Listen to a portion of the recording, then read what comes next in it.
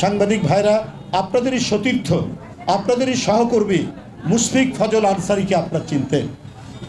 এই বাংলাদেশেই সে সাংবাদিকতা করত। তারপরে সে বাংলাদেশে টিকতে পারেনি শুধু সত্য কথা লেখার জন্য। সত্য মানে এই বাংলাদেশের যে দুর্বিষহ দুর্দিন, এর জন্য লিখতে গিয়ে সে দেশ ছেড়ে তাকে চলে যেতে হয়েছে। মার্কিন যুক্তরাষ্ট্রে সে আন্তর্জাতিক গণমাধ্যমের সাথে যুক্ত হয়ে সেখানে সে কাজ করছে। বন্ধুরা আমার, শুধুমাত্র জাতিসংঘের মুখপাত্র, মহাসচিবের মুখপাত্র জাতিসংঘের আর আমেরিকার স্টেট ডিপার্টমেন্টের মুখপাত্রের কাছে প্রশ্ন করেছে যে ভারতে কেজরিওয়ালের গ্রেপ্তারের বিষয়টি এবং কংগ্রেসের যে ব্যাংকের টাকা, সেই টাকার উপরে সরকারের যে সেখানে নজরদারি এবং সেই অ্যাকাউন্টকে তছনছ করা, এটার ব্যাপারে সে প্রশ্ন করেছে। এই কারণে অনলাইনে মুশফিক ফজল আনসারীর বিরুদ্ধে অজস্র ধমকি, অজস্র ধামকি, অজস্র তাকে প্রাণনাশের হুমকি দেওয়া হচ্ছে।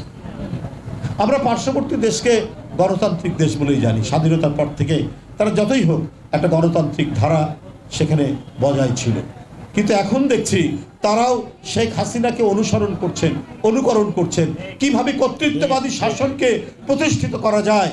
এই কারণে যে বাংলাদেশের একজন নাগরিক, সে এখন বিদেশে থাকে, আন্তর্জাতিক গণমাধ্যমে সে কাজ করে, আন্তর্জাতিক মিডিয়ায় কাজ করে, সে পৃথিবীর বিভিন্ন দেশে গণতন্ত্রের ঘাটতি এবং কর্তৃত্ববাদী সরকারের বিভিন্ন যে অনিয়ম, অনাচার এবং দুর্বিনীত কর্মকাণ্ডের বিরুদ্ধে প্রশ্ন তুলতে পারে। এই স্বাধীনতা তো সাংবাদিকদের আছে। সেই স্বাধীন সাংবাদিকতার ভাবধারায় অনুপ্রাণিত হয়ে ভারতের এই কয়েকটি বিষয়ে প্রশ্ন তোলাতে এখন তার বিরুদ্ধে চলছে হুমকির একেবারে বিশাল প্রবাহ, একেবারে বন্যার পানির মতো এই প্রবাহ। কমিটি ফর প্রোটেক্ট জার্নালিস্ট এরা বিবৃতি দিয়েছে তার পক্ষে।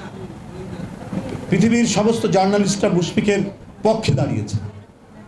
অথচ আমরা যে দেশটিকে গণতান্ত্রিক দেশ বলে জানি, সেই দেশ থেকে তার বিরুদ্ধে যাচ্ছে অজস্র হুমকির বার্তা।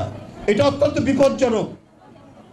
এটা একটা এই আঞ্চলিকভাবেই, এই উপমহাদেশের আঞ্চলিকভাবেই একটা বিপদের বার্তা ছড়িয়ে পড়ছে। বন্ধুরা আমার, মুশফিক ফজলের উপর যে হুমকি দেওয়া হচ্ছে অনলাইনে, আমি তার তীব্র নিন্দা এবং প্রতিবাদ জানাচ্ছি।